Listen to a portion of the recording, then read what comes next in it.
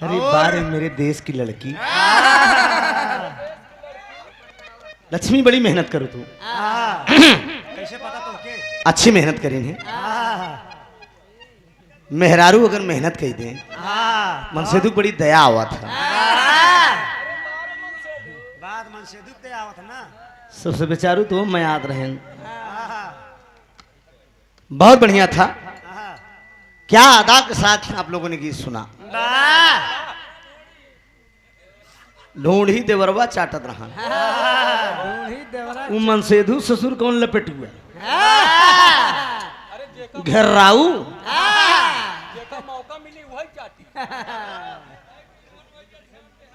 हम ऊ देवर है लक्ष्मी, अब देवर बनाए रहे यहाँ। देखिए बड़ी गर्व। सुना सुना ठीक बना। लक्ष्मी के हस्बैंड साहब भी आए हैं। पति देवते इनकर पति देव हमार बड़का भैया है। चली ना आराम से। सही बना। उसी हम देवर लाए फिट्टो है एकदम। खाली एक बार आजमा के देखा कहाँ कहाँ चाट दे।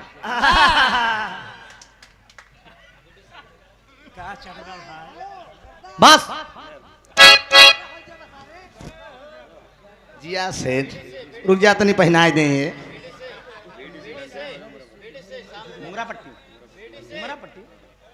उमरा पट्टी से आप घनश्याम यादव डी बीडीसी साहब। हाँ है है। माला पहनाएं पैसा दे। बहुत बढ़िया सम्मान है। मेरे नौजवान भाई हैं यहाँ पे। मेरा दावा है बिढ़ा एकदम वीडियो प्रस्तुत करूंगा। कहन मर्द मर्द हो था मौगा मौगा हो थी। तो हम कहाँ समझ में आवत है। हेलो हेलो हेलो माय डियर। मैं क्या समझ में आ रहा हूँ आपको। आजमाई के देखा कैसे हुआ थी। लक्ष्मी कितना आजमाई है। अब अंदर के बाद बा कितना हम बताई या नहीं।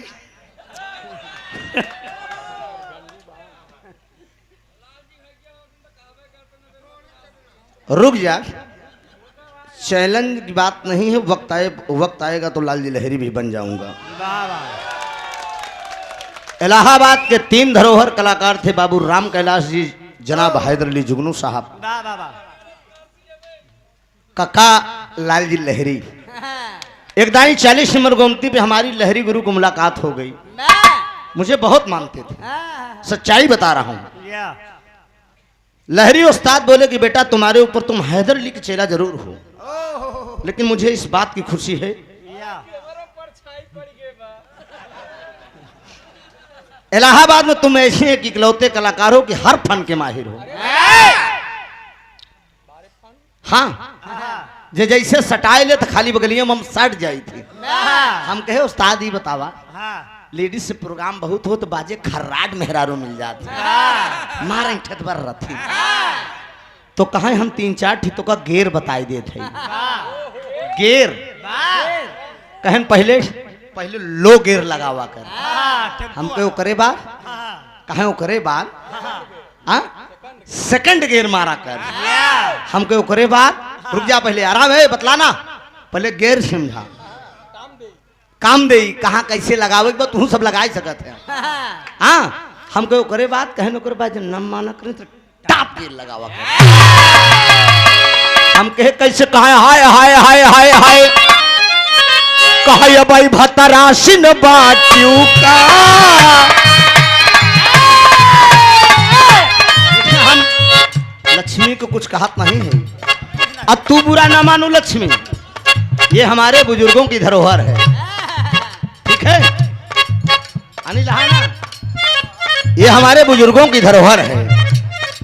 लहरी बताए न हमका अब भतराशिन बाटियों का घूम के आयु मथुरा काशी। तू भतराशिन बाटियों का घूम के आयु मथुरा काशी। भतराशिन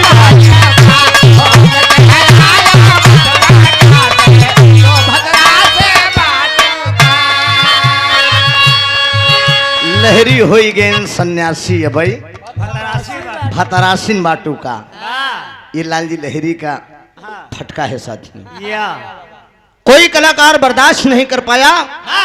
एक बार जोरदार लहरी गुरु के नाम पे आप लोग ताली बजा दीजिए। बुजुर्ग जरूर रहें। लक्ष्मी गाना भाव तो से लहरी गुरु से भरहन ए लक्ष्मी गाना भरहन नहीं ऐसे कमर पर हाथ धरत रहें। ए देखा यार बाणी बिस्तैया सेरस नजर्रा मैं लाल जी लहरी हूँ। लाल जी लहरी जब से बिरहा गा रहा है तो तब से तुम चड्ढी पहन के टहलती रही। कहत रहें ना एक लड़की से बिरहा हो गया तेरी गली बनारस में। एक लड़की से बिरहा हो गई बड़ी खर्राट रही। अब हमका वो लौंडा देखे हम जींस टी शर्ट में गए तो कहा कमेटिया वाले से पूछे कि गायक इसमें कौन है। पांडेपुर चौराहे पर कार्यक्रम था। नाम नहीं बताऊंगा क्योंकि यूट्यूब लगा है चैनल पे चला जाएगा। देश विदेश में लोग सुनेंगे। आवाज नहीं भाई वो लड़कीवा हमका लवंडा समझे। अच्छा रामू यादव जी कहां से? जय श्यामा से 51 रुपया का पुरस्कार है। बहुत बहुत प्रणाम है सब भैया का प्रणाम है। काय हाय हाय अरे अबई लवंडा बाट्याना अरे बच्चा अबई लवंडा बाट्याना सही ना। हाँ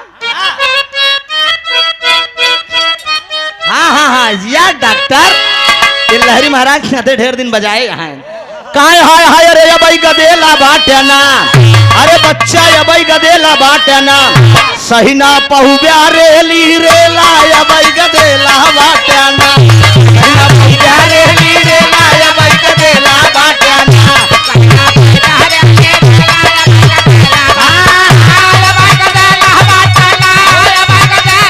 आनंद ले लो साथियों।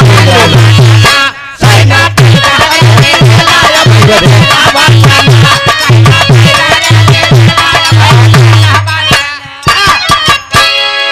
ईत लड़िया कहेस कि सही न पौबा रेली रेला अबई गदेला बाठियाना।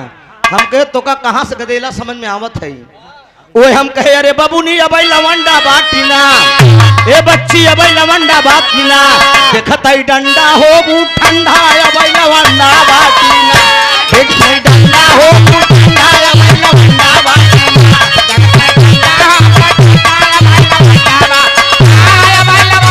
कमेटी वाले मस्त है। हाँ है ऐसे ठंडा हो बू ठंडा अबई लवंडा बाटिना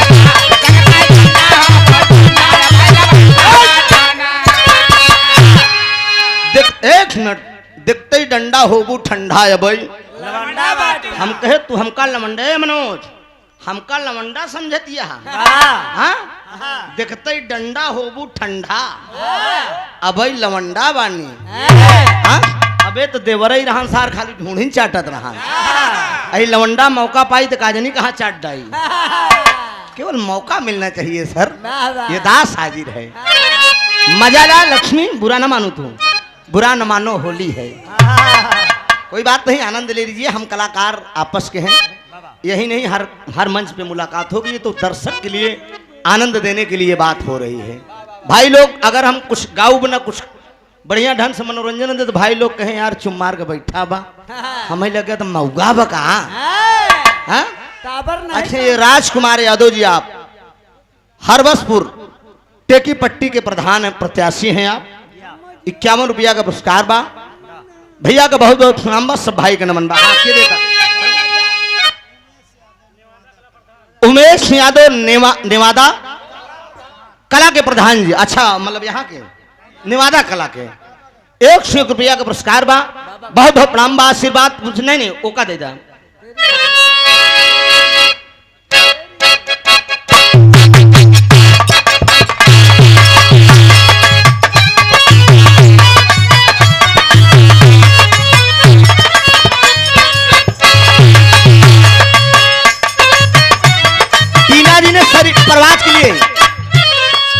परवाज ने टीना के लिए गाया है।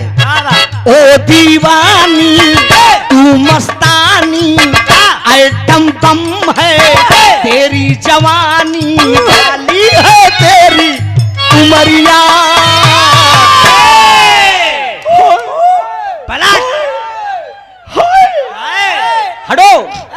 अरे बाली है तेरी उमरिया। ए लक्ष्मी, ए पलट, आपका ध्यान किधर है? अरे मैं असली हीरो तो इधर है।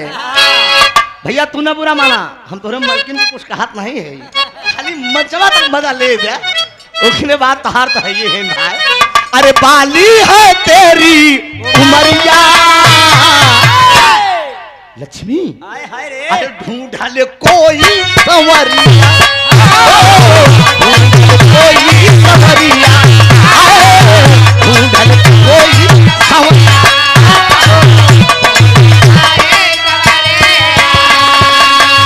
बिरहा जगत में एक हमारा अलग निजी रिसर्च बा।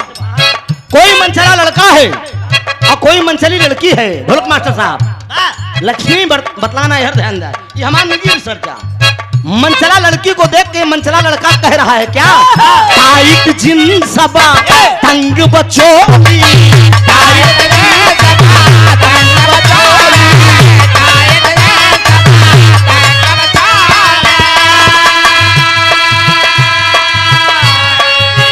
टाइट जींस बा तंग बचोली, चालेलू बबूनी बटमक खोली, चालेलू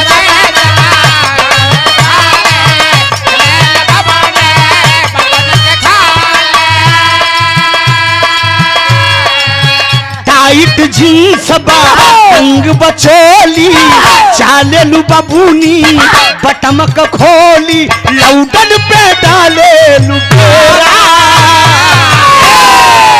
अरे लौडन पे डाले लुडोरा, ए आवा उठाइए इनको,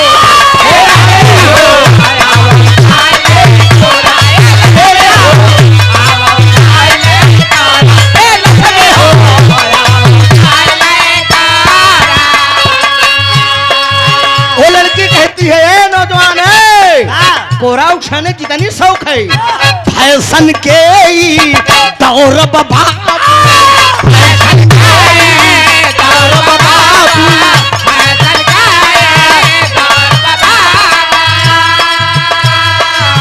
फैशन के दौर बाबू, दिल पे अपने राखा काबू, दिल पे अपने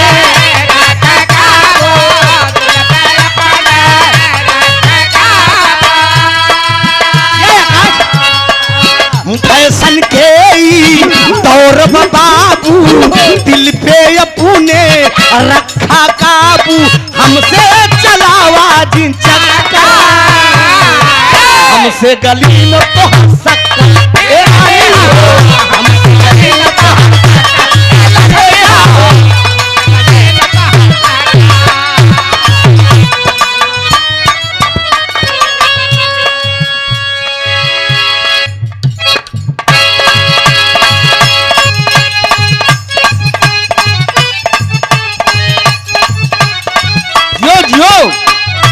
बहुत अच्छी डॉक्टर साहब, और मूड बना के दादा, और मूड बना के।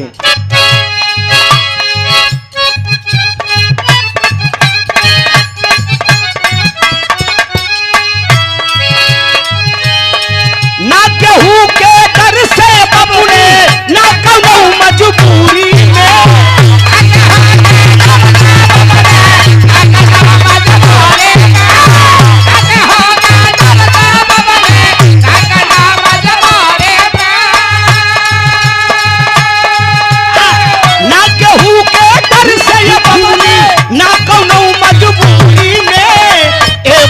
हम कहले बानी प्यार करब भोजपुरी में,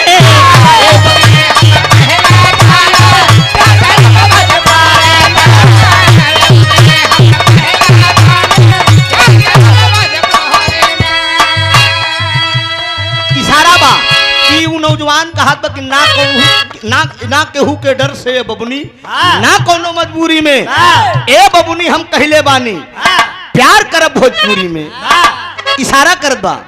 उसके बाद वो नौजवान क्या कहता है? जिया जिया, फिल्मी कलाकारों ने इसको गाया है। लेके पहला पहला प्यार भर के आंखों में खुमार, जादू नगरी से से आया है कोई जादूगर पहला पहला प्यार आंखों में खुमार जादू नगरी से आया है कोई जादूगर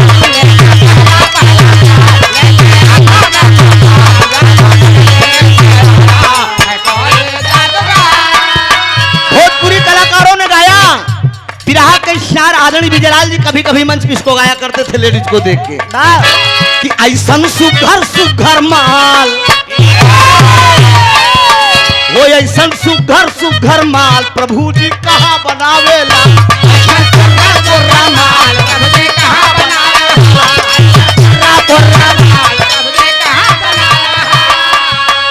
आदरणीय रोहित यादव इस लाइन पे दे रहे हैं कि ऐसा सुघर सुघर माल प्रभु जी कहाँ बनावेला आर्डर देके कौनो बढ़ाई से खुद गढ़ावेला आर्डर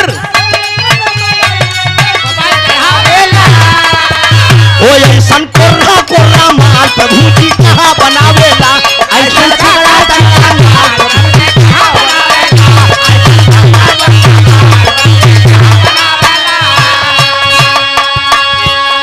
आदरणीय अर्धवेश कुमार यादव जी आपके करकलों द्वारा 51 रुपए का पुरस्कार आया है इस लाइन पे के ऐसन सुघर सुघर माल प्रभु जी कहाँ बनावे देखने वाली को तरस आ रही है। उमेश यादव जी निमादा कला के प्रधान जी बाबागंज 100 रुपए का पुरस्कार आपने देकर हम कलाकारों का हौसला बुलंद किया है। मंदे जिंदगी शुक्रगुजार करूंगा आशीर्वाद की परीक्षा है।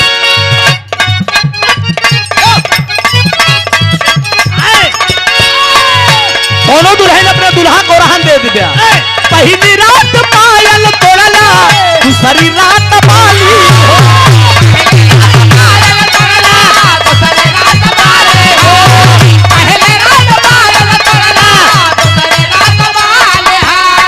पहली रात पायल तोड़ला दूसरी रात बाली हो नहीं हरे अपना देव और रहनवा राजा जी हाँ हाँ नहीं हरे अपना देव और रहनवा राजा जी मजा मारे में तोड़ना पूरा मोर कहनवा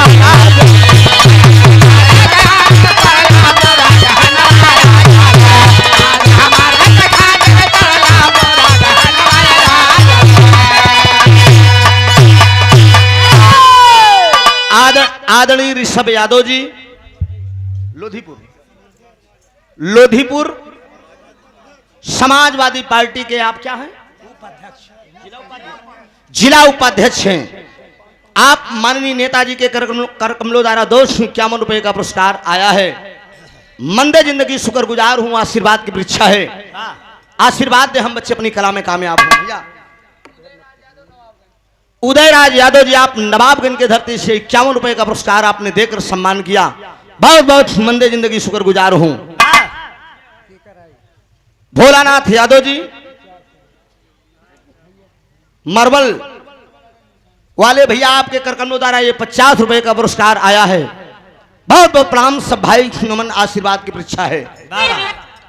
अभी आप लोगों ने धूम तर्ज के साथ साथ अदा और एक्शन का भी आनंद उठाया और साथ ही साथ एक वीर रस का भाव आप लोगों ने सुना। लक्ष्मी बड़ी मेहनत करी नहीं झटक पटक के एकदम रियाज मार दी नहीं हाँ अब बड़ी बड़ी बात सुने के मिलल जैसन रोगिया भावे वैसे वैद बतावे। कमेटी के भाई लोगों का एक निवेदन आया कोई पौराणिक दास्तान गाइएगा या तो और कुछ मंच है समाज है। लक्ष्मी प्रियदर्शी ने भी वीर रस का भाव गाया ये लक्ष्मी का दोष नहीं है अगर ये लक्ष्मी है तो हम त्रिभुवन है ओहर लक्ष्मी तेहर विष्णु हाँ कहो कोनो बात नहीं लक्ष्मी का कोई दोष नहीं है। पूर्वांचल के इधर आप निकल जाओगे बनारस गाजीपुर बलिया उधर के कलाकार वीर रस गाने का काम करते हैं और वहां की जनता भी पहले चिल्लाए लगी, खाली बंधने कर बात वो ए वीर रस्तनी चाप के आवा, क्योंकि मेरा भी कार्यक्रम कम से कम 10 कार्यक्रम बनारस मिर्जापुर में लगा हुआ है। तो जैसे रोगिया भावे वैसे बैत बतावे। वीर रस की कहानी अभी आप लोगों ने एक लक्ष्मी से सुना, लेकिन मेरा दावा है मैं एक कहानी आप लोगों को सुनाने जा रहा हूं। आशा नहीं पूर्ण विश्वास है।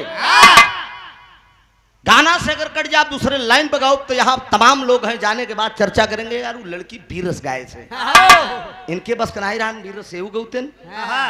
कार्यक्रम शुरुआत लक्ष्मी की तरफ से हुआ है। ते रात भर जैसे जैसे चलेंगी मुझे इनके पीछे पीछे चलना पड़ेगा। पीछे वह चला मर्द तू भूल गया भवरिया के भवरी में पीछे पीछे नहीं चलता, वह समझ ला। मौका मिली कहीं आगे चल जा। आज का रात पिछवे से काम चलाएला। पिछवो कोनो खराब नहीं बा, खाली तनी देखा। आइए एक वीर रचना भाव। मेरी माताएं बहनें भी बैठी हैं, तमाम बुजुर्ग लोग बैठे हैं। कमेटी के जितने पदाधिकारी, कमेटी के लोग को मैं धन्यवाद दूंगा। कमेटी के नौजवान जितने हैं ये सब मस्त हैं, मस्त है ना। बेचारे कुछ नहीं बर्दाश्त नहीं कि लक्ष्मी तनिक ऐसे ऐसे करे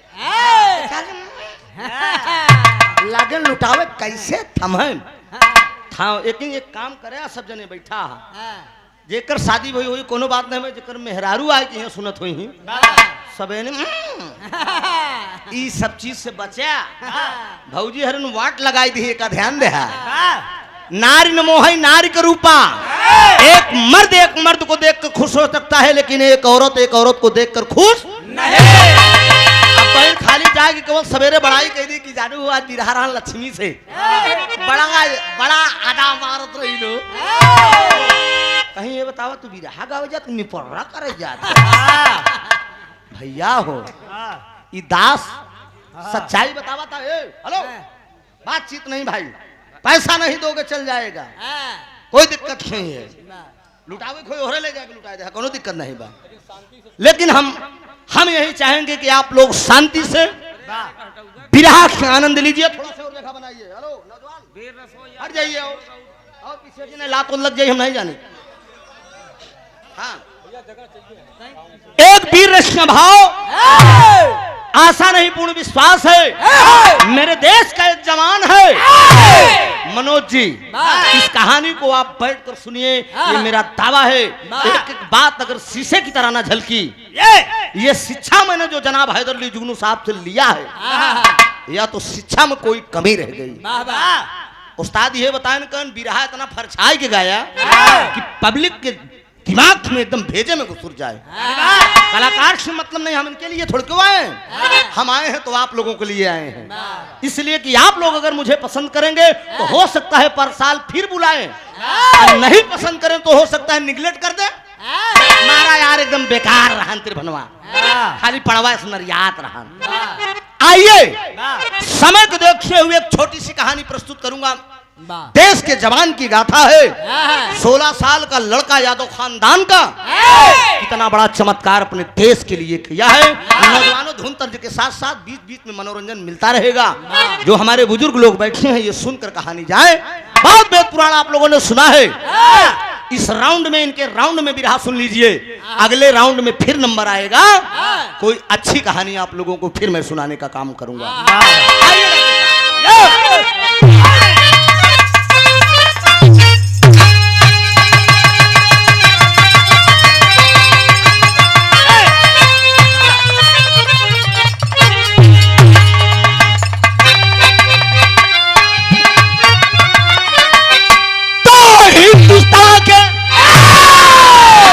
हिंदुस्तान के चबाया समाज से भी अरे कोई तू भया करे जमाले।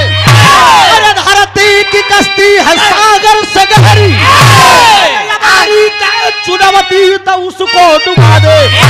सर कटेगा मगर सर झुकेगा नहीं। अरे लहू तेल बनकर करेंगे उजाले। अरे ये भारत हमारा, ये हम भारतीय है। अरे वतन आबरू है हमारे हवाले।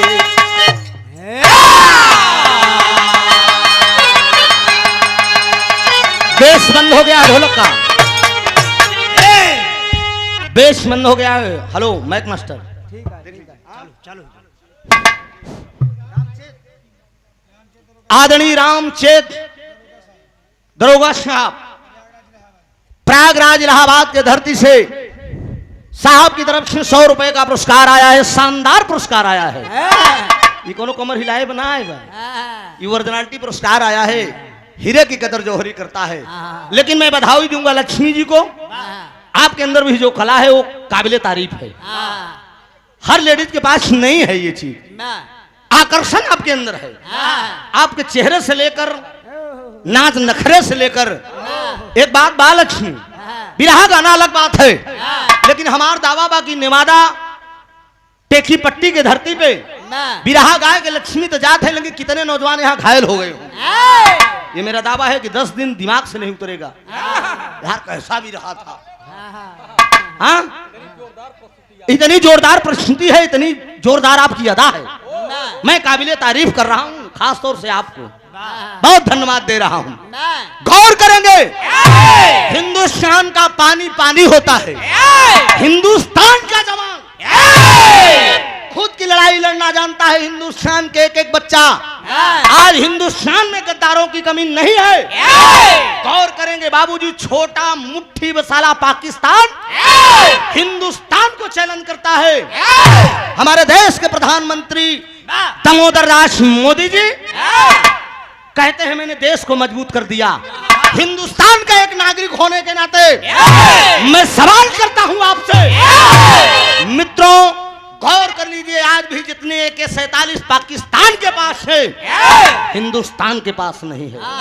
क्यों नहीं है? ये कमी कहां से है? ये कमी जरूर हमारे राजनेताओं में कमी है।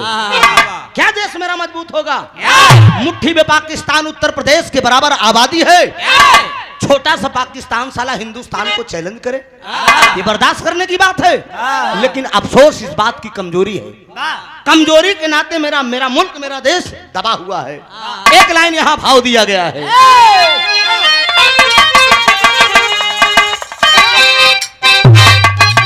क्या बात है? ओहो, एक लड़की का नाम चांदनी है और लड़के का नाम महेश है। महेश पहुंचा चांदनी के पास, कहा चांदनी तेरी तो शादी हो गई, तूने बचपन में मुझसे प्यार किया था, आज तू मुझे छोड़ के गुल गई गुलशन गई गई ओट की लाली, अब तो पीछा छोड़ दे बालम मैं हो गई बच्चे वाली। वो महेश कह रहा है कि कच्ची कली कचनार की कभी तोड़ी नहीं जाती। हेलो, कच्ची कली कचनार की कभी तोड़ी नहीं जाती, लक्ष्मी बचपन की दोस्ती कभी छोड़ी जे करे होई, रुके जे करे होई वही जानत होई। कमेटिया में कितना लोग हुई ही देखे के बाद करे जवाब धक्क मारत हुई। आदरणीय सूरज यादव जी इसी भाव पे दे रहे हैं, प्यार मोहब्बत को समझते हुए। ओ महेश कहता क्या है,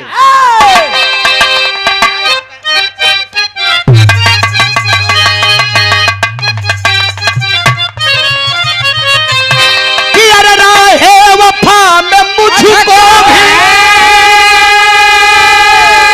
राहे वफा में मुझको भी, अरे तू आज मां के दे, अरे आशिक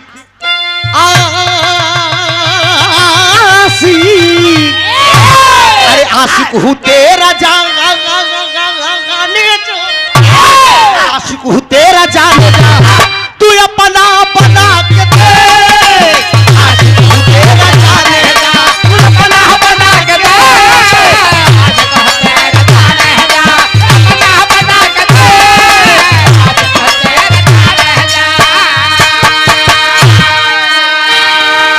गौर करेंगे, लेकिन मेरे देश में जमान कहता है, क्या कहता है कि हिम्मत हो तो जंग में, अरे हिम्मत हो तो जंग में, कभी पंजा मिला के दे,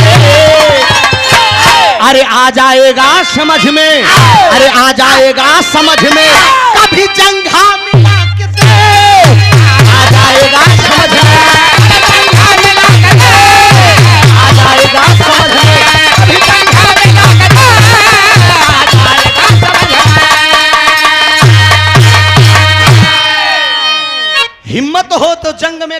पंजा मिला के देख, आ जाएगा समझ में कभी जंघा मिला के आजमावे को मौका दा। पंजा से जंघा सब मिल जाएगी, कोनो दिक्कत। ये बॉडीगार्ड फिट है, कोई दिक्कत नहीं, अंगरक्षक बहुत फिट है।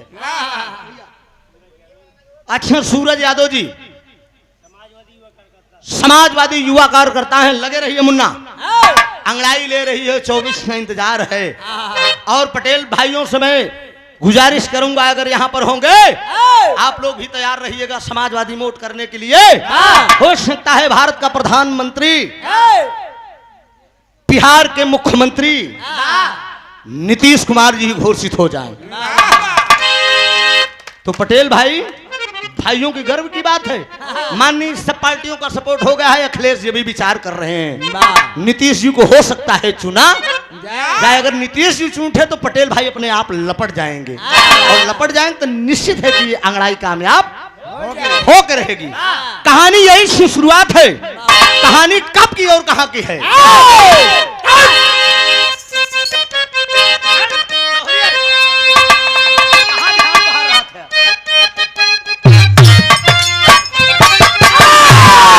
अरे जिया डॉक्टर साहब का मर्दे एऊ रति दिना में सुइया लगावत 3 ठी ग्लूकोज टांग के आई यहाँ। इनकर ध्यान में कहे ना मरीज के टांगे ही बोतलवा खत्म तो नहीं हो गया। मर्दे यहाँ का बोतल देखा पहले, जहाँ मैटर फंसा यहाँ सुई लगावा। जौहरी का भाव है,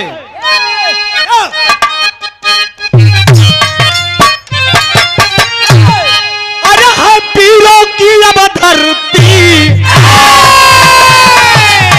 बड़ी कुर्बानी, अब दुल्हा भी जंग से कदे हुए बलिदानी,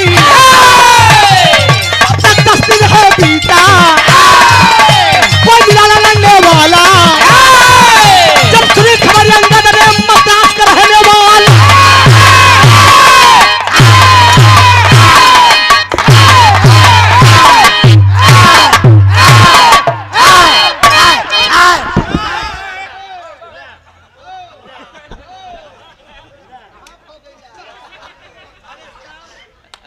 ए भैया मर्दे यहाँ ललकारा था हिंदुस्तानी, तू ऐसे कहले यह चटनी का चटनी ढूंढी जब सोई जी तो सुना। ये गौर करेंगे बाबूजी, कहानी ऐसे शुरू होती है। नागपुर के अंदर एक लंदन का पहलवान है जिसका नाम है किंग्सफोर्ड। वो किंग्सफोर्ड पहलवान नागपुर के अंदर आता है, पूरे हिंदुस्तान में चैलेंज कर दिया कि ऐ हिंदुस्तानी, कोई बहादुर अगर अपनी माँ का दूध पिया है तो आकर मुझसे हाथ मिला ले। कौनो हिंदुस्तान के अंदर मर्द ना तैयार है, सोचत हन कि केस से हाथ मिलाई इस हरबा सबको पटाई दे समय मोस्टंड के बा। गौर करेंगे बाबूजी, पत्रिका के अंदर साफ दिया था। एक शीला नाम की औरत थी, एक शीला नाम की औरत थी, उसके पास एक ही बेटा था, 16 साल का नौजवान था, और वो अखाड़े में पहलवानी की तैयारी कर रहा था। निगोटा चढ़ाकर डेली अखाड़े पे कुश्ती लड़ने के लिए वो जाता था। शीला को जब पत्र मिला, वो पत्र उठाकर ले गई अपने घर पे और पढ़ने लगी, और उसमें यही लिखा था कि कोई माई का लाल अगर हो, मैं विश्व विजेता का खिताब लेकर टहल रहा हूँ। केहू हिंदुस्तानी के हिम्मत नहीं पड़त बा, मतरिया को दूध छलक अखाड़े से कुरियाद मार के अंगद आया है, निगोटा खूंटी पे टंगा बा। माई शीला बोलाई ले कैसे बेटा इधर आओ। अंगद आए कहे बोला माई का बात है, कहें तेरे स्तन में अगर मेरे स्तन का दूध अगर तेरे रोम में अगर गया होगा। एक लंदन से पहलवान आया है जिसका नाम किंग्सफोर्ड है, पूरे हिंदुस्तान को चैलेंज कर दिया है बेटा। क्या गौरव देश का चला जाएगा, पानी गए जिंदगानी कोने काम में। ए भैया हो, कौन ऐसा लड़का रही कि जवन अपने मतारी का बात सुन के चुप मार कर बैठा रही। आवाज कसो पकड़ी कहाँ बैठ जा। अच्छा चाय लिया कि लक्ष्मी के पियावा? हाँ लावा। देखा मोबाइल लगी रहे संभाल के। मैं ए बाबूजी अब आजकल का लड़का का करत है, चाहे भैंस थोड़ा जाए चाहे बरधा दुल्ही ना आए तो बगली लेटा है कितनो माई घुरा ए बचवा भैंसिया तो रान बा चुप रमाई के उठे रे इससे बढ़िया भैंस कहाँ मिली जमाई तहिन बांध दे नींद खराब हुई कहा ए जी जाई ना माई बोलावत करा छोड़ा माई बांध ले तू चिंता नहीं, ये दशा है यही दशा है यही नौजवान कर रहे हैं सूरज ध्यान देना। लेकिन अंगद बोल दिया कहा माँ वो नागपुर में आया है साला चैलेंज कर दिया है मतारी का दूध का चैलेंज जब मतारी मारे बा निकोटा चढ़ाया है कुश्ती पे और एक बात कहता है तर्ज लग गया डॉक्टर साहब यह दर्ज करा इनका कोरी दहिया कोरी चुनरिया कोरी दहिया कोरी चुनरिया भीगो ना बरसा कोरी दहिया कोरी चुनरिया भीगो ना बरसा कोरी दहिया कोरी चुनरिया भीगो ना बरसा बदला मौसम बरस रहा छम छम बदला मौसम बरस रहा छम छम बदलवा से पाने बदला मौसम बरस रहा छम छम बदलवा से पाने नाजुक दहिया फिसल जाए बउआ तो होई है रानी नाजुक दहिया फिसल जाए बउआ तो होई है रानी नाजुक दहिया फिसल जाए बउआ तो होई है रानी आजा गोरी मोरी खाली छतरिया आजा आजा आजा आजा आजा आजा गोरी मोरी खाली छतरिया हेलो हेलो हेलो आजा आजा आजा झलक दिखला जा ए आजा गोरी लक्ष्मी काहे मन गिराए हो कोनो बात बा कहां भैया तहन टेंशन ना लाना लगवे हन का दिक्कत बा आजा गोरी मोरी खाली छतरिया ही कोना बरसात में आजा गोरी मोरी खाली छतरिया नहीं को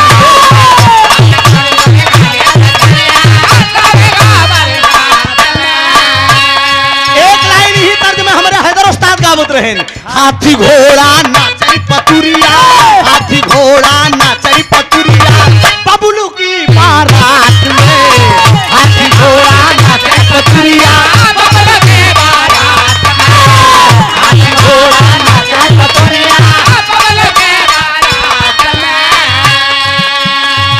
डिब्बे का दूध पीने वाला छे अंगद वो अपनी माँ से कहता है अंगद बहादुर को न पड़ा है अंगद बहादुर को न पड़ा है आकर के जज्बात अरे बहादुर बोला आकर के जज्बात में बहादुर बोला आकर के जज्बात में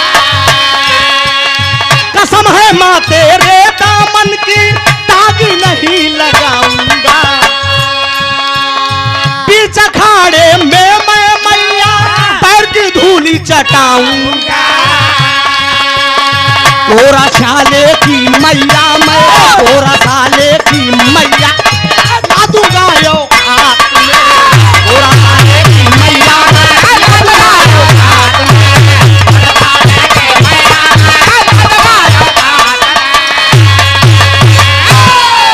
बोल दिया अंगद कहा तेरे मैं तेरे स्तन का दूध पिया हूं मां मैं तेरे चरणों की सौगंध खा कर कह रहा हूं उस डिब्बे के दूध पीने वाले हरामखोर नागपुर के अंदर कुश्ती में अगर पटक में नहीं आया मैं तेरे चरणों की सौगंध खा कर कह रहा हूं मां ये अंगद तेरे सामने कभी मुंह नहीं दिखाएगा चल दिया है वो नौजवान पहुंचा है जवान अखाड़े में अरे पहुंचा है जवान अखाड़े में तब नागपुर में आया है जाकर तुरंत किंग्सफोर्ड से हाथ मिलाया है बलिदानी मेरी मातृभूमि अरे बलिदानी मेरी मातृभूमि अरमान न दिल का सहती है और उस देश के ही हम वासी हैं जिस देश में गंगा बहती है अरे चूहे की औकात तेरी अरे चूहे की औकात तेरी बिल्ली से नजर मिलाता है गीदड़ का बच्चा गीदड़ है साले तू शेर से लड़ने में आता है।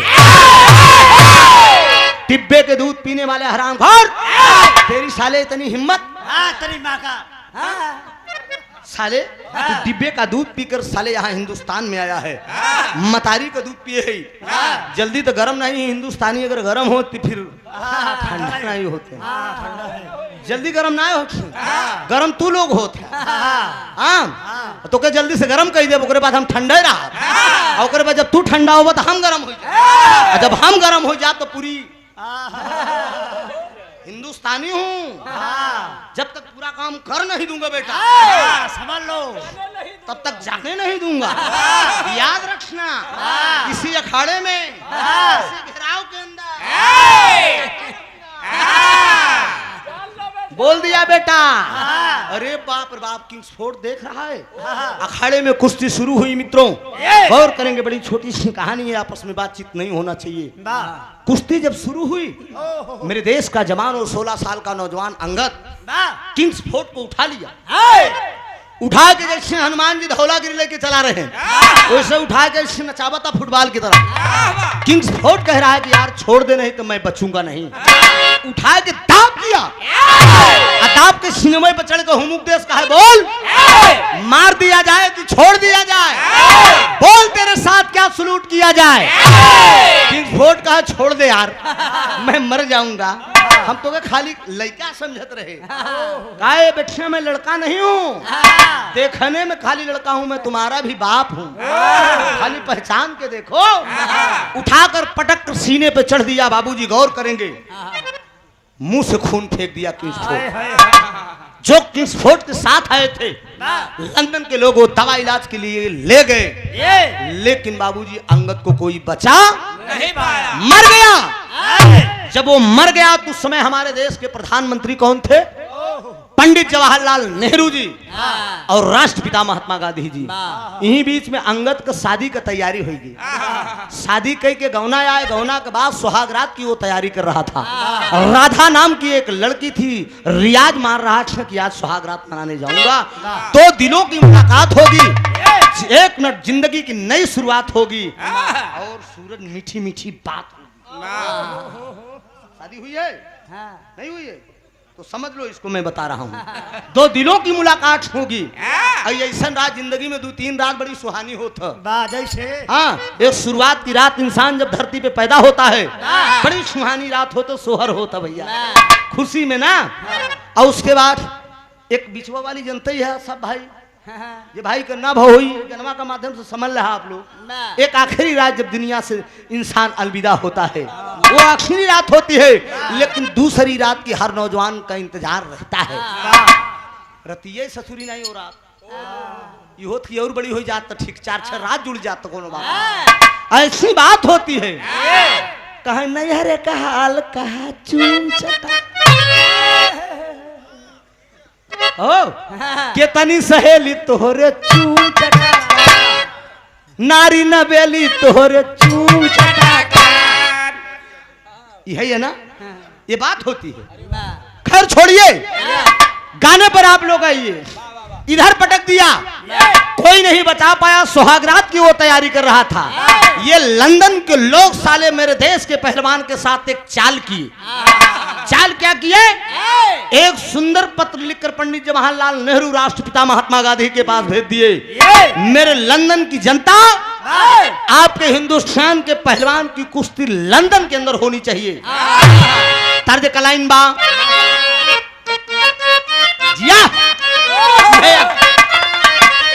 यह तर्ज कलाइन की तौबा कैसे है नादान घुघरू पायल के, लेकिन होत का बा किया है कुश्ती का ऐलान लंदन वालों ने, किया है कुश्ती का ऐलान लंदन वालों ने, किया है कुश्ती का ऐलान लंदन वालों, लंदन वालों, लंदन वालों, लंदन वालों, लंदन वालों ने, किया है कुश्ती का ऐलान लंदन वालों ने, किया है कुश्ती का ऐलान लंदन वालों ने। कहे गमना करा के अंगद अरे लाए घर दुल्हनी, अरे विधान का रचा है, अरे विधान लंदन वालों ने अरे कुश्ती का दोबारा लंदन वालों ने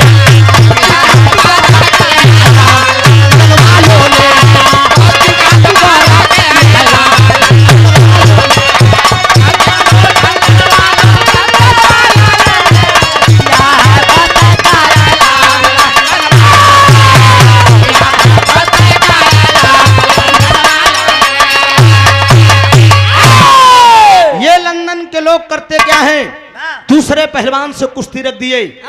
दूसरे पहलवान का नाम क्या है, जॉनसन। जॉनसन से कुश्ती रख दिए। लंदन के अंदर एक स्टेडियम के अंदर पत्र आया, पंडित जवाहरलाल नेहरू जी और राष्ट्रपिता महात्मा गांधी जी सोच रहे हैं लंदन के अंदर अंगद को बुलाए हैं, 16 साल का लड़का है, ये क्या लड़ पाएगा। यही विचार हो रही है पंडित जवाहर सुहागरात का तैयारी करत एकदम रियाज मारा था। तबले पंडित जवाहरलाल नेहरू और राष्ट्रपिता महात्मा गांधी जी पत्र लेकर पहुंच गए।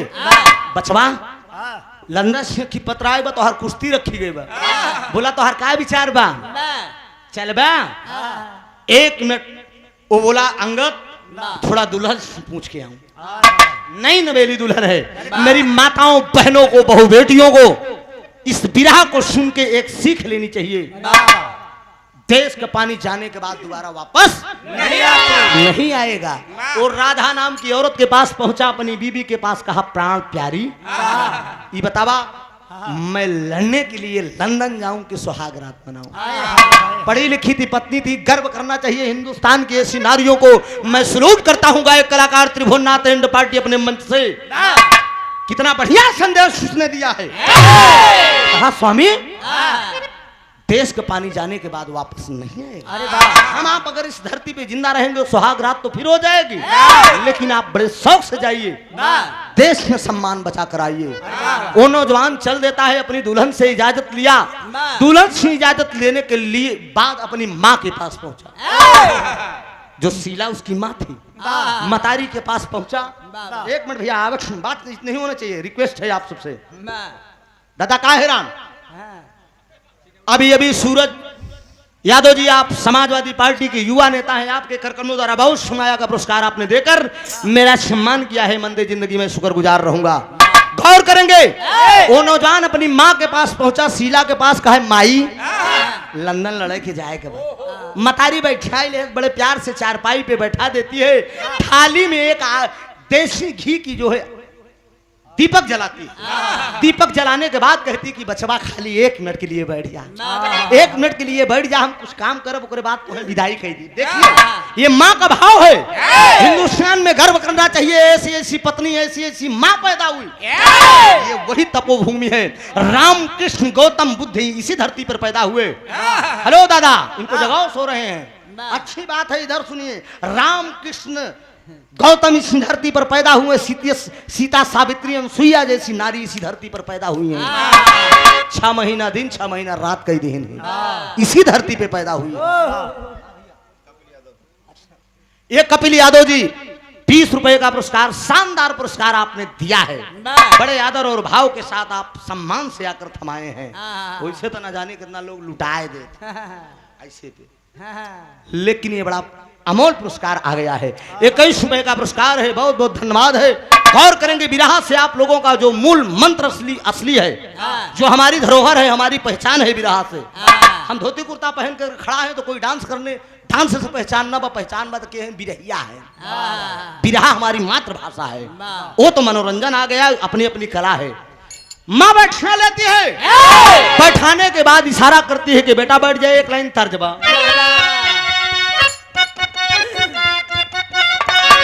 हेलो, बस बस बस। कोनो लड़की का बियाह हो गया, कोनो लड़की का बियाह हो गया, 8 दिन बरस ससुरे गई, फिर घरे आए लक्ष्मी, समझा। जब 8 दिन के बाद घरे आए, खाची खुरपाले के पहले ही गांव में प्रथा रहा, खाची खुरपाले के अमरौता प्रभौता कलौता हरेन। चल दिन कहीं चल रे, ए प्रभतिया, ए परबिलवा, चल तनी के आज छिलाई। जब सिंगार में पहुंची तो बैठ गए, कहें का हो, रुक जा, ये कहीं खोदता का तू गई रहू ससुरे कैसन रहान कहलन तो हम तो गई रहू कहन का तोहार सैया का करत कहलन पूछा ना हमार तो कलेक्टर हैं कहलन तोहार का करत कहन हमार बिरहिया हैं कहलन का करत हमार धरती कुर्ता चढ़ाए के एकदम रजा मजा ले थी कहन कैसन का हमार सैया जब आवत ही घर में तो दगदग आवत थी रजवा हरियर हो जाता रजा और तो उसने पूछा थे कहन सुना तो कैसे पूछो कहा तोहार सैया कैसन है कहे हमार सिया बम्बा मिस्त्री है कहे कहा करत थी बोर करा थी बोर करत थी अच्छा कहे ये दीदी बोर करत थी कहे कैसन बोर कर दी कहे जहाँ पानी न निकलत वहाँ पानी निकाला थे अच्छा अच्छा कहलन तब ले कहा पर्वतिया तय बता तोर सैया कैसे हैं रे तू बतावा तो कहा कहा था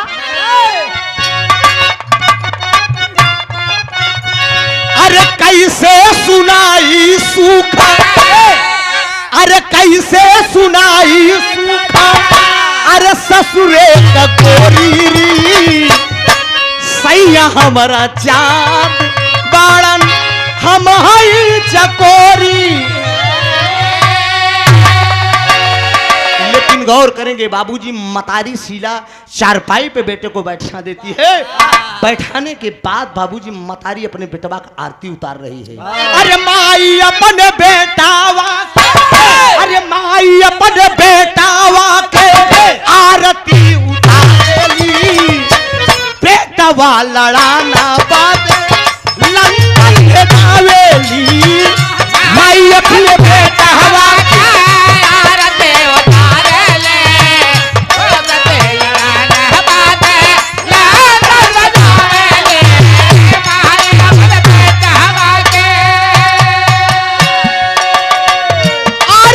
उतार माई की कवा लगावेली उतार माई की कवा लगावेली उतार माई की कवा लगावेली तई के आशीष अपने लाल के पठावेली तई के आशीष अपने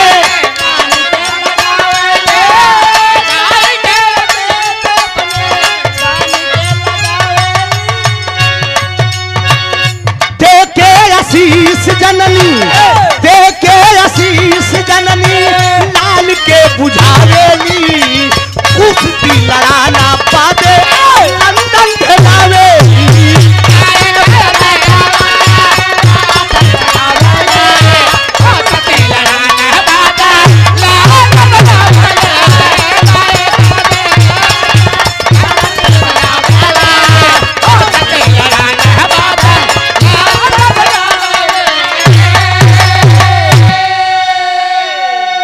शीला आरती उतारती है आरती उतारने के बाद अपने बेटे को आशीर्वाद देती है और एक बात कहती है एक ताबीज हाथ में लिया है अपने आंचल फाड़ती है आंचल फाड़ के वो ताबीज इसी भुजा में बांध देती है भुजा में बांधने के बाद अंगद से कहती है कि बेटा याद रखना जब तक ये ताबीज तेरी भुजा में रहेगी मैं तुझे आशीर्वाद दे रही हूँ कोई दुश्मन तेरा बाल बांका नहीं कर सकता। अरे और जिस दिन ये ताबीज तेरी भुजा से अगर जमी पे गिर गई उस दिन तेरे जिंदगी का कोई खतरा हो सकता है यही बात वो माँ कहती है कि उसी दिन हो सकता है खतरा हो सकता है ये बात अंगद याद रखा कहा माँ मैं तेरी आज्ञा का पालन करूंगा कोशिश करूंगा कि ये लंदन जा रहा हूँ ये भुजा में ताबीज तेरी बधी रहेगी वो नौजवान जब चलता है तो टेरी का भाव है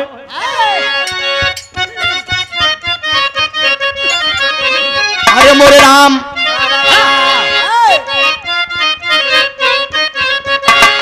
अरे मोरे राम मतवाला बन के चली भासरवा अरे मतवाला ओ मतवाला बन के चली भासरवा अरे दयावानी बिलक हस्ती बारे हिम्मत वाला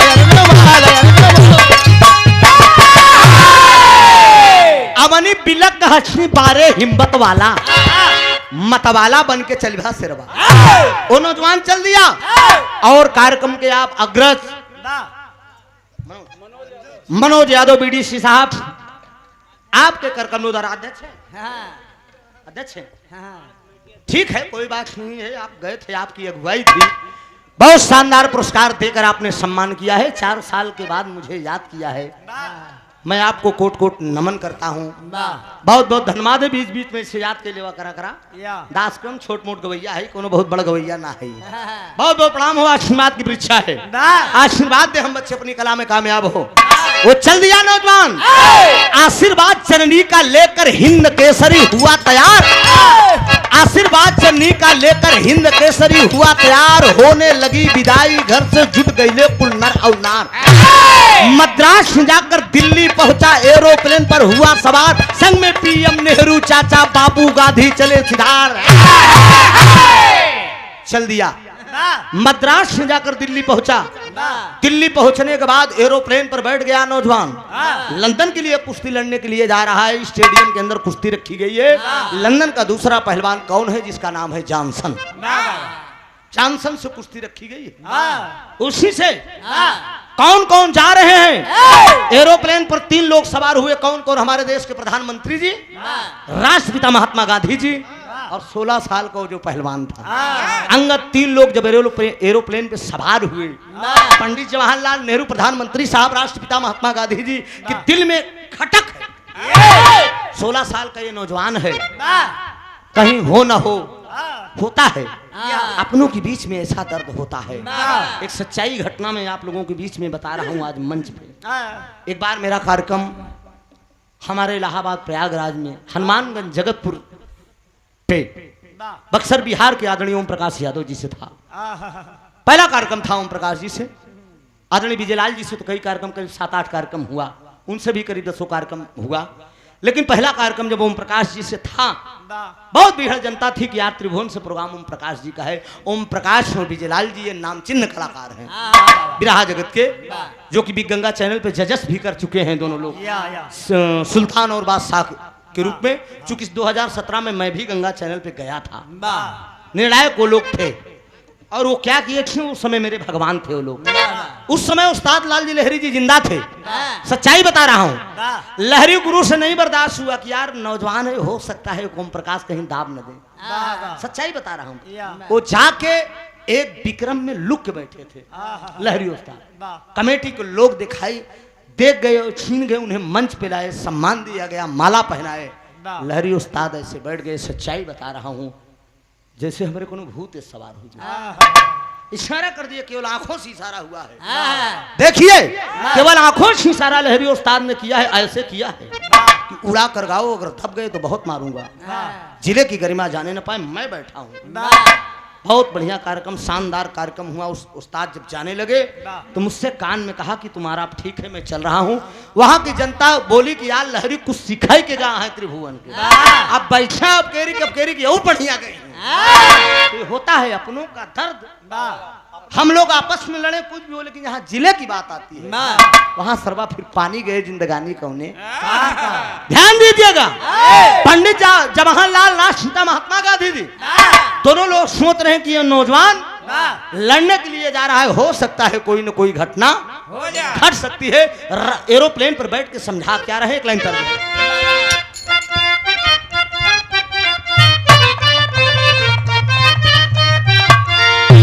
यह तरज के लाइन में कि अरे पोपो पोपो कि पोपो बजा बजा के हारन रोज बुलावे पालमा, कि पोपो बजा बजा के हारन रोज बुलावे पालमा, बजा बजा के हारन रोज बुलावे पालमा,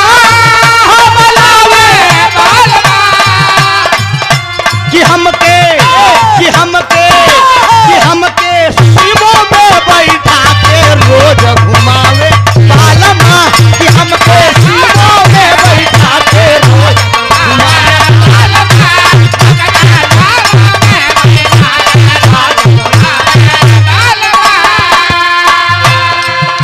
कि अंगद के संग चली भय पीएम राष्ट्रपिता बापू जी, अंगद के संग चली भय पीएम राष्ट्रपिता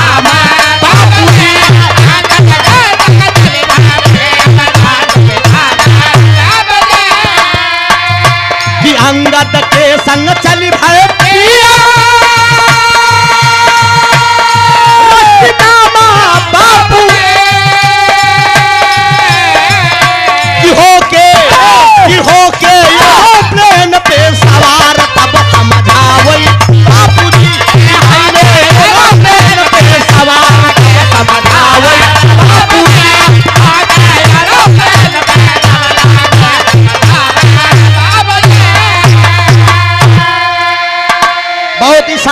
पुरस्कार आया है हमारे आपके बीच में मेरे छोटे अनुज सूरज यादव जी, वाह समाजवादी पार्टी के युवा कार्यकर्ता हैं आप।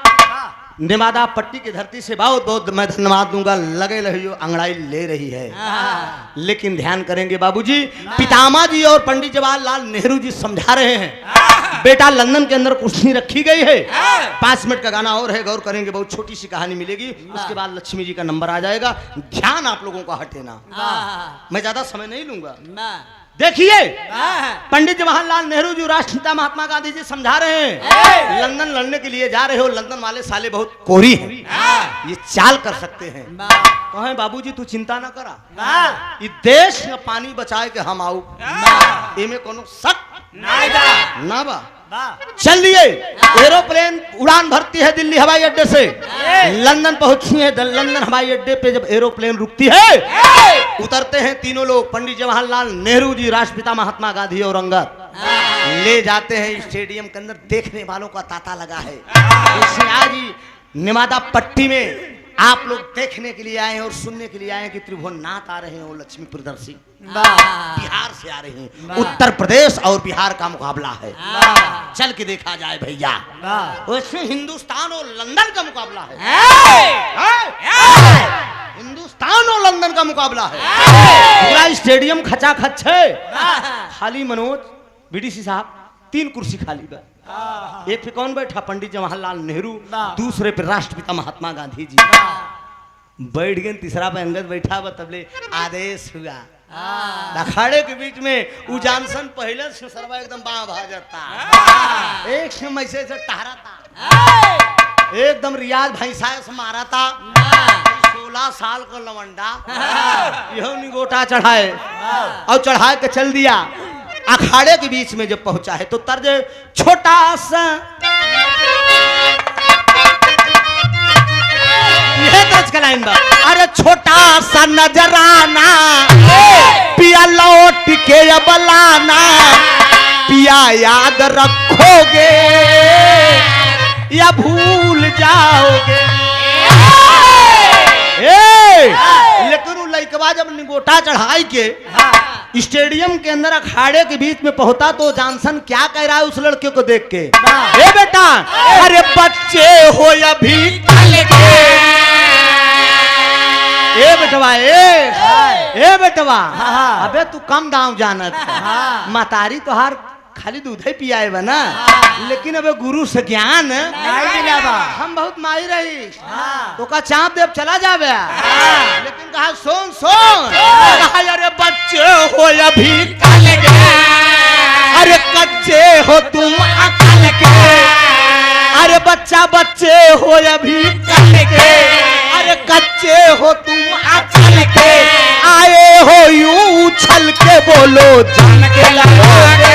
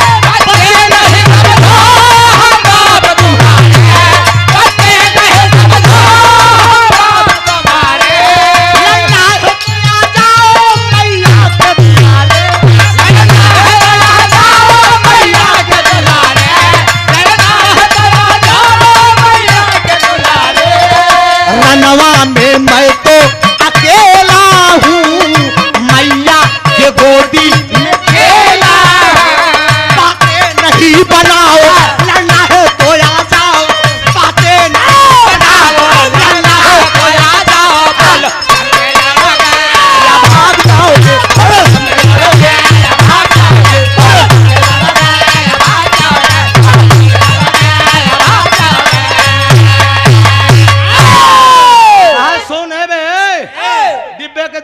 साले तो का हम सारे लड़कियां देखा सुन देखे में लड़का है लेकिन तोर बाप है। आजमा के देख एक बार, हम तोरे एहमाने में बाप है। जानसन कहा है साला नान कलौडा छात तोर बाप है। कहे कहा समझा था हिंदुस्तान से आई है तोरी की नहीं बिलायतीवा दूध नहीं पिए है। हाँ अमूल वाला ना पिए, माई को शुद्ध पिए है। समझा? जब शुद्ध पिए है तो शुद्ध काम करा, तुमको मिलावटी नहीं समझ लहा। ऐसे पकड़ब ना, ऐसे पकड़त ऐसे ऊपर से एकदम दिल्ली दरबार तक जा। वो जानसन कह रहा है, जानसन से अंगद कह रहा है। अंगद जानसन समझ गया कि ये अपने आप में है।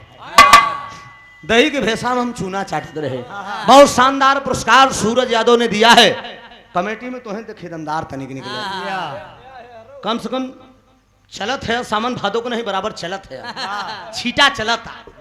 अच्छा हेरो बा, अच्छा तो है मिला बा 20 कितना मिला बा 51 रुपया हमारे आकाश बहादुर को भी मिला है। आकाश जी का बड़ा अच्छा लगाव है इन लोगों से और इन्हीं के द्वारा मैं यहाँ पर आया भी हूँ। आकाश जी से बोले कि त्रिभुवन जी का कार्यक्रम कराइए और आकाश जी बोले कि अब केरिक चलिए गा दीजिए, नहीं तो किसी और भाई का मंच था कोई और को गवाते हैं लोग। इनका लोगों को प्रेम प्रेम व्यवहार है क्या सच्चाई है। मानो मानो सिंदूरी नहीं है, जो प्रेम अगले से वही प्रेम मुझसे भी हो सकता है, ये निश्चित है, कोई बात नहीं है। बहुत धन दौलत जिंदगी में कमाया जा रहा है, एक दिन प्यार प्रेमी में ही काम होगा। गौर करेंगे कुर्सी रखी गई, चांसन घूम रहा है, लेकिन मेरे देश का नौजवान अखाड़े के बीच में पहुंचा है तो पापड़ का भाव लगा।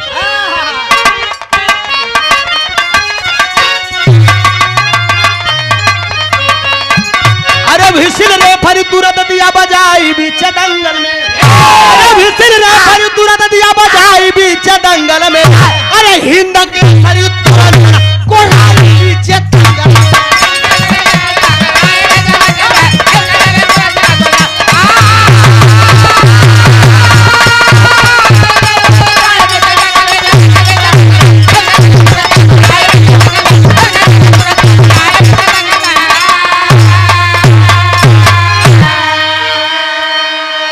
विसिल बजा दिया रे फरियो, बाबूजी अखाड़े के बीच में निगोटा चढ़ाकर अंगद पहुंच गया, जानसन से हाथ मिला लिया। जानसन कहता क्या है अंगद से, कहा अरे यार पार की कुश्ती होगी। अरे जानसन तब ललकार हो, अरे कहा जैसे मन हो वैसे लड़िया, हम ही अंगद शेर।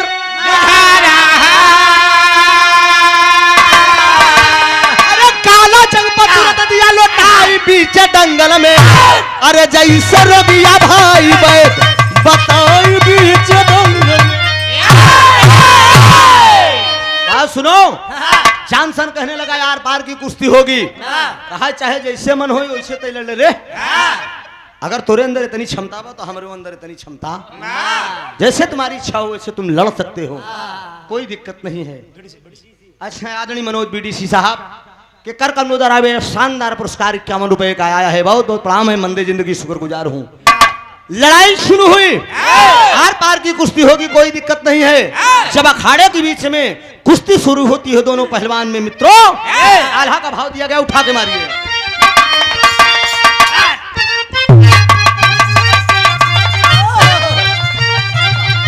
अरे जैसे बजरंगी बाबू, अरे धौलागिरी उठवले, अरे लइके नचावे लगले सुना सीरी माँ।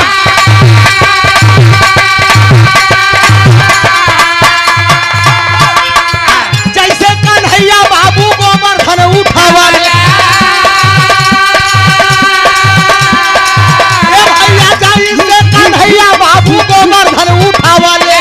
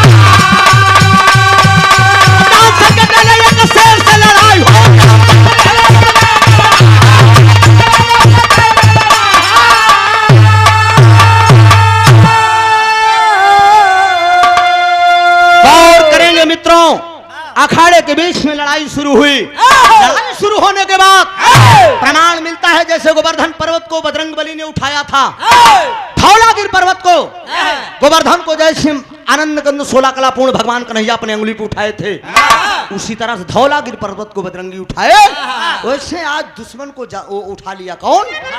मेरे देश का नौजवान अंगद उठा लिया है।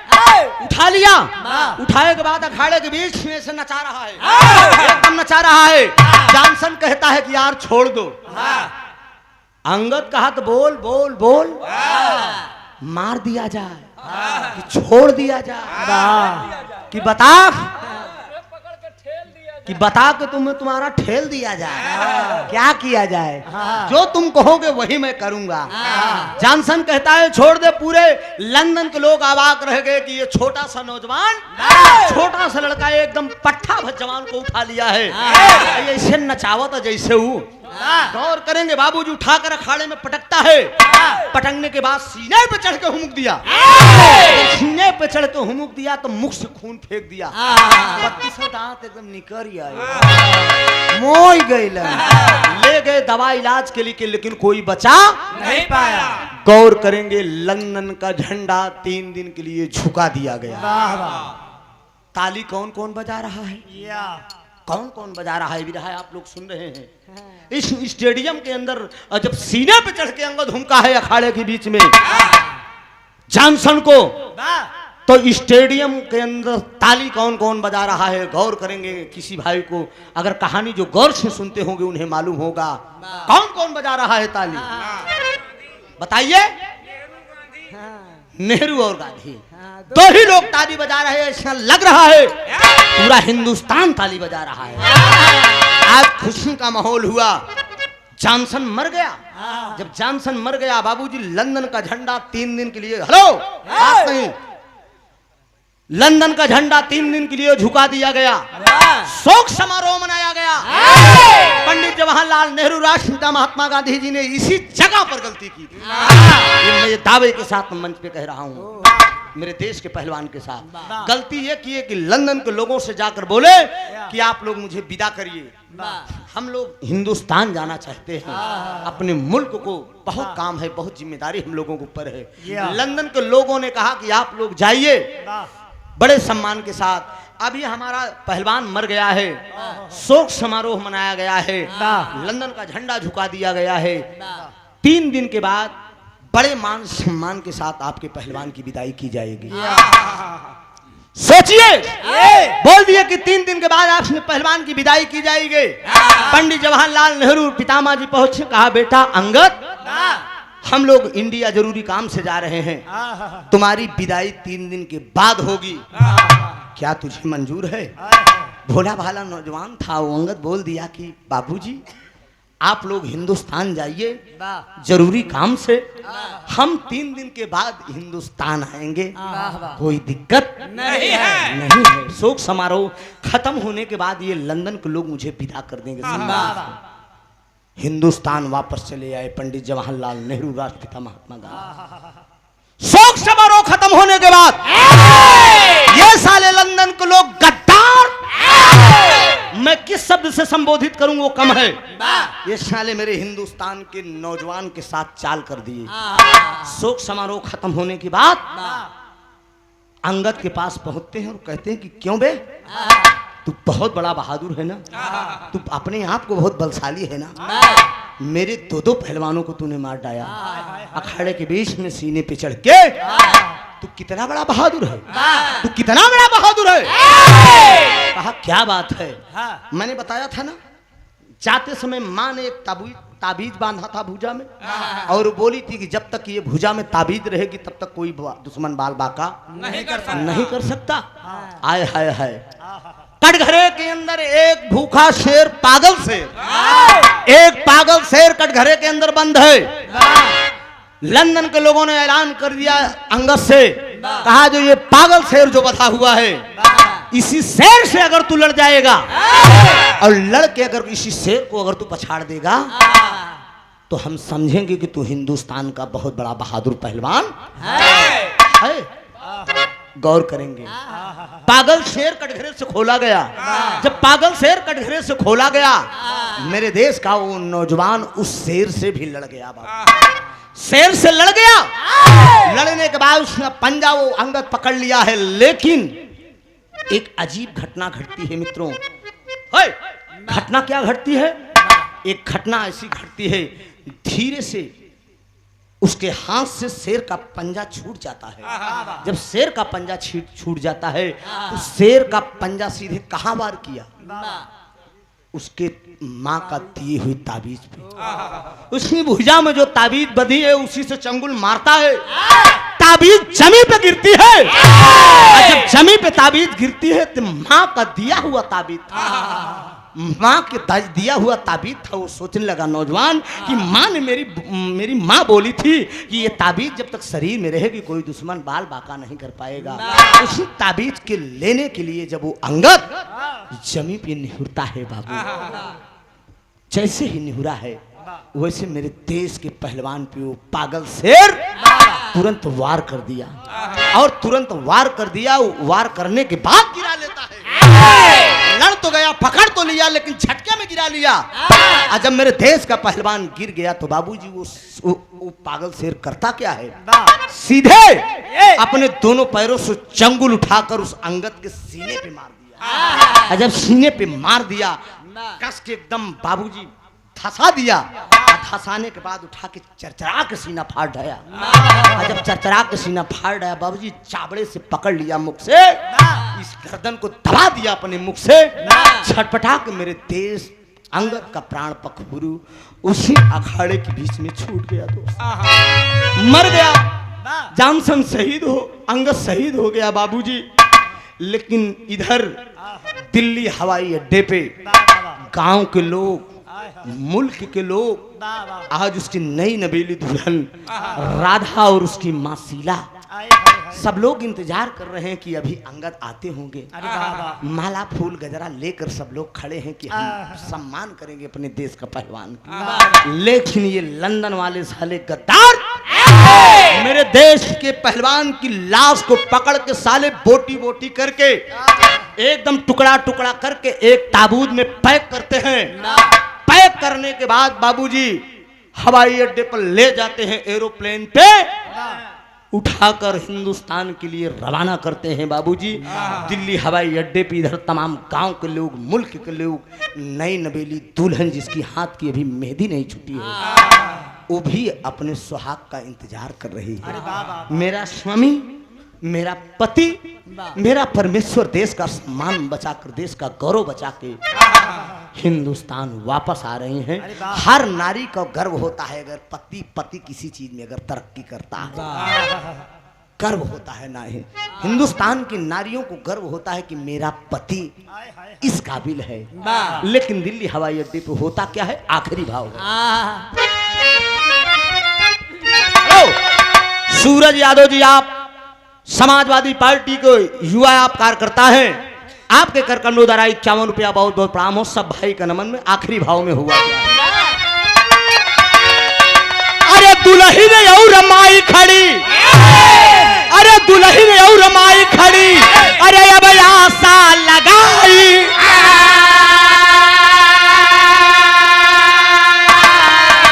अरे दुल्हन और रमाई खड़ी, अरे आशा लगाई, अरे तबल विमानवा से लाश गईली आई हो, तबल विमानवा से लाश गईली आई हो।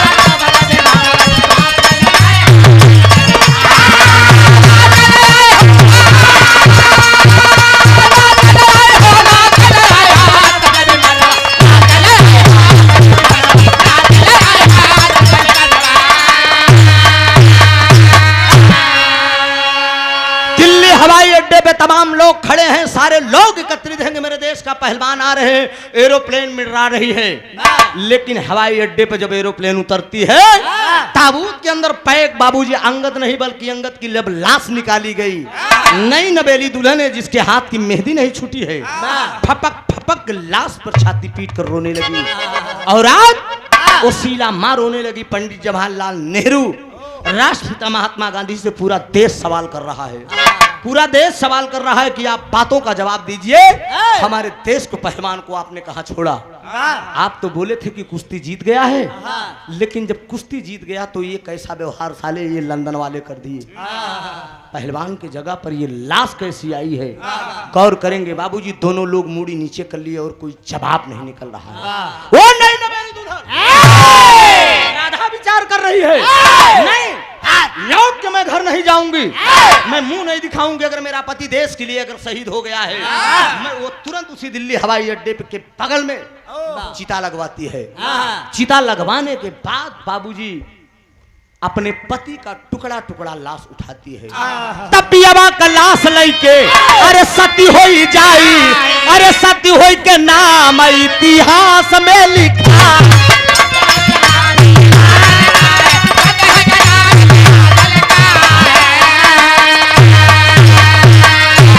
अरे ऐसे नारियल पे सवा नाज करी भाई, अरे तबले बिमनवा से लाश गईली आई हो। गौर करेंगे, चिता लगवाती है, चिता लगवाने के बाद अपने पति का टुकड़ा टुकड़ा उठाकर लेकर अग्नि लगवाती है और चिता में लेकर बड़े आराम से बैठ जाती है। आराम से बैठ गई और एक नदी में जाकर कूद के उसकी माँ भी जान दे दिया। पूरा परिवार बिखर गया। ये मेरे देश के एक नौजवान की कहानी थी। हैदर उस्ताद गाया करते थे कि लाए हैं उस देश से कश्ती निकाल के, इस देश को रखना मेरे बच्चों संभाल के। देशवा का जनले ना अजदिया का कीमत न जनले, देशवा का भैली बरबदिया अजदिया का कीमत न जनले। बन के कर्णधार यार कर ले घोटाला, इनके न सर्दी और गर्मिया अजदिया का कीमत न जनले।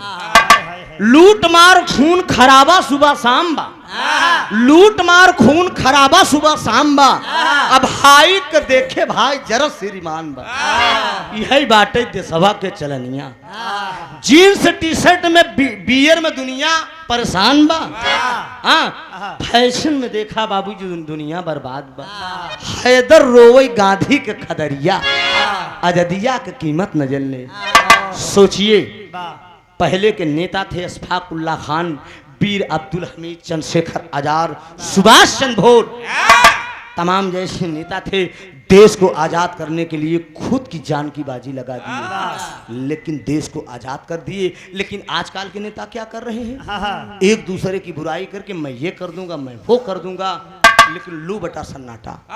5 साल आता है वोट लेकर, नेताजी चले जाते हो तो फर्स्ट क्लास एसी में बैठ के आराम करते हैं। सोचिए, एक अनपढ़ इंसान अगर चुनाव लड़ गया, अगर वो सांसद बन गया, विधायक बन गया, एमपी एमएलए बन गया, उसकी पेंशन लग जाती है। गौर करेंगे आप, मैं हिंदुस्तान का नागरिक होने के नाते कह रहा हूँ, उसकी पेंशन लगती है। एक बार अगर सांसद का चुनाव अगर कोई जीत गया तो 50,000 लाख रुपए उसकी पेंशन महीना मिलेगी, ऐसो आराम की जिंदगी काटेगा। लेकिन अगर देश का जवान लड़ते लड़ते अगर शहीद हो जाएगा तो क्या उसे पेंशन मिलेगी? अब तो 4 साल के लिए नौकरी हो गई, सोचा कब भर्ती हो गया, कब रिटायर हो जाएगा, ब्याह तक न हो पाए, दहेज भी नहीं मिलेगा। क्या दक्षिणा है?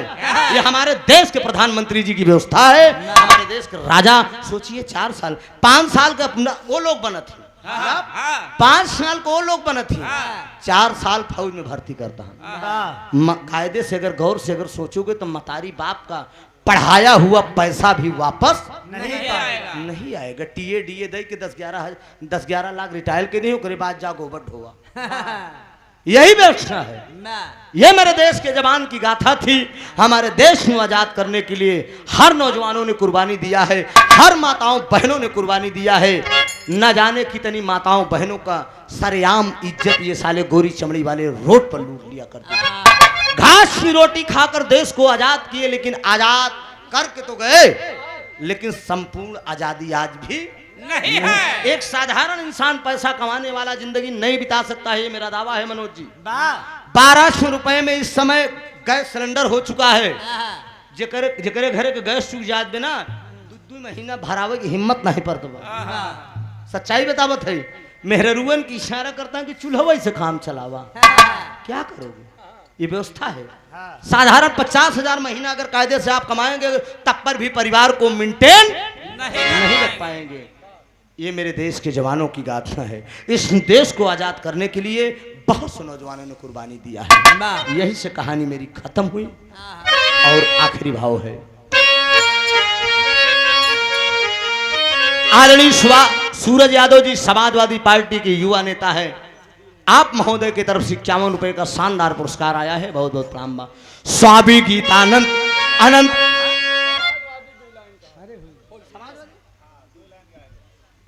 लगा दो लाइन, खाली 2 लाइन। समाजवादी छाबेल लड़के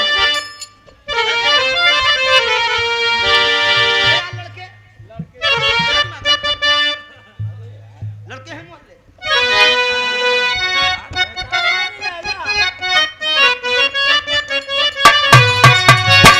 अरे लड़के हैं मोहल्ले के शैतान मेरी लैला कि अरे समाजवादी पार्टी की पहचान है। समाजवादी पार्टी की पहचान है। समाजवादी पार्टी की पहचान है।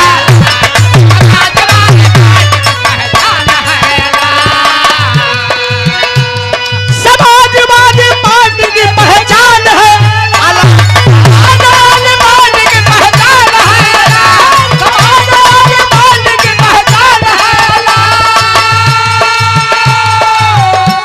नेता मुलायम है, नेता मुलायम सिंह जी की शान है। नेता मुलायम सिंह जी की शान है। क्या बात है? नेता मुलायम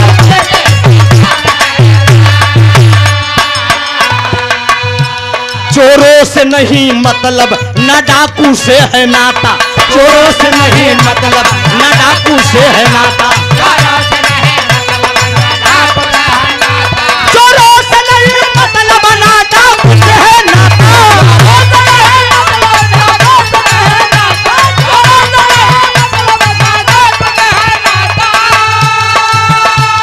जनता के बीच, हाँ जनता के बीच सम्मान है।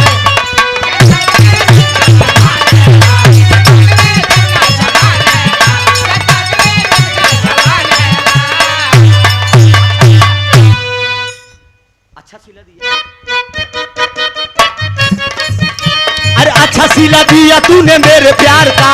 अरे अच्छा सिला दिया तूने मेरे प्यार का। अरे प्यार में ही लूट लिया घर यार का। अच्छा सिला दिया तूने मेरे प्यार का। अरे प्यार में ही लूट लिया घर यार का।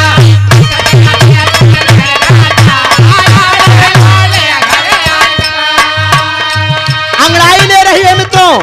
2000 तैयार में हो। 2024 में करना क्या है? अब की भगाना है चोर चाई को। अरे अब की भगाना है चोर चाई को। अरे पीएम बनाना है अखिलेश भाई को। अब की भगाना है चोर चाई को। पीएम बनाना है अखिलेश भाई को। अब की भगाना है चोर चाई को। पीएम बनाना है अखिलेश भाई का। कन्या धन और लैपटॉप भी दिलाएंगे। कन्या धन और लैपटॉप भी दिलाएंगे। यूनिट बाबू फिजली भी पाएंगे। 10 यूनिट बाबू फिजली भी। अरे अब की भगाना है चोर चाई को। अरे अब की भगाना है चोर चाई को। अरे पीएम बनाना है अखिलेश।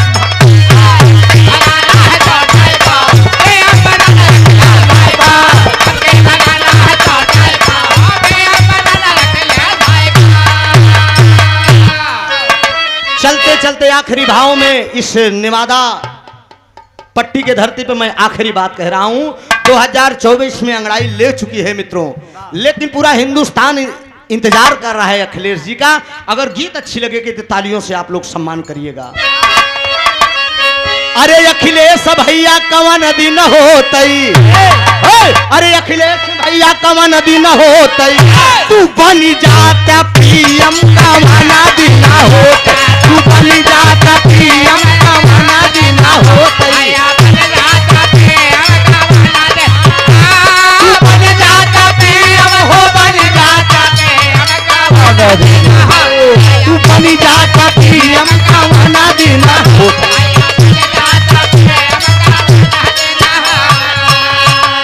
दुर्गा भवानी से है बाया राजिया।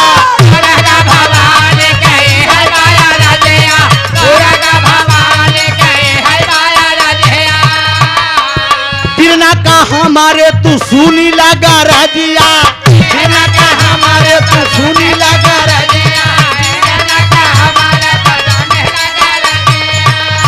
अरे गरीबन का मदद की है हे भैया गरीबन का मदद की है जब तू सीएम का वाना देना हो तू बनी जाता पीएम का वाना देना हो तू बनी जाता पीएम का वाना देना हो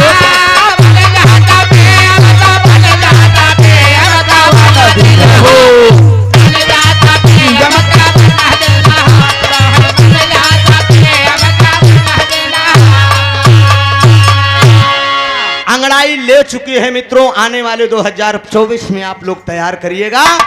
हमारे नेता की कथने और करने में कोई अंतर नहीं है। समय बहुत है, बातें बहुत है, लेकिन कितना कहूं, चूंकि लक्ष्मी जी को भी नंबर देना है, मेरी आदत है। नहीं नहीं नहीं, बस बस, अरे नहीं नहीं, ऐसी बात न। स्वामी गीतानंद अनंत भय भुल्लुर तज दिए को तारी रामधार हैदर अली जुगनू गईले स्वर्ग अरे मतवाला बन के चली भसेरवा अरे त्रिभुवननाथ पहलता सदा विजय का माला मतवाला बन के चली भसेरवा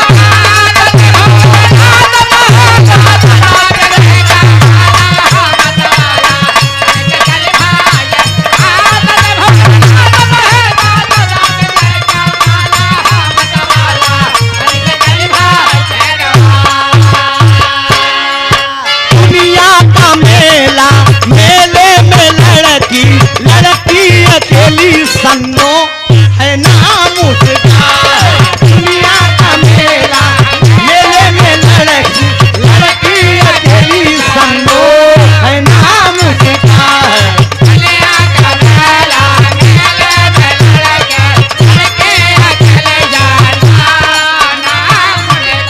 आंखों उसकी कटारी बाल नागन है